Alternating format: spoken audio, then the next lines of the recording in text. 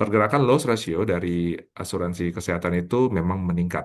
Paling tidak itu bisa kita lihat dari peaknya itu di 2022 sampai 2024. Dan teman-teman harus cek, lihat dulu di 2020-2021 sebenarnya 2020 tuh menurun. Menurun dibandingkan tahun sebelumnya kalau kita bisa perpanjang. Itu karena memang waktu itu saat itu COVID. Jadi orang agak enggan untuk datang ke rumah sakit. Namun setelahnya meningkat cukup tajam.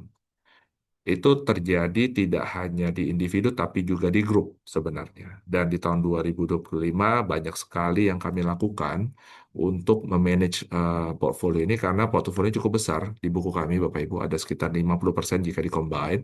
Maka kami perlu melihat ini secara fokus dan mencari solusinya yang baik untuk Siden, baik untuk industri dan baik untuk asuransi. Karena loss ratio lebih dari 100% itu menjadi masalah yang cukup berarti.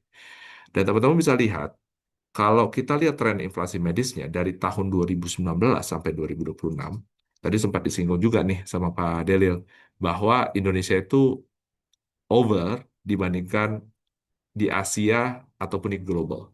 Dan ini banyak faktornya memang. Ada impor, pajak, dan beberapa hal lain non-teknis yang menyebabkan harga dan harga pengobatan dan biaya servis pengobatan di Indonesia itu seperti tidak terkendali. Dan ini ranahnya memang ada di Kementerian Kesehatan. Namun terlepas dari ranahnya di Kementerian Kesehatan, kita sebagai provider di sini asuransi maupun asuransi kan juga mendapatkan dampaknya dan kita harus berpikir bagaimana cara mengelolanya.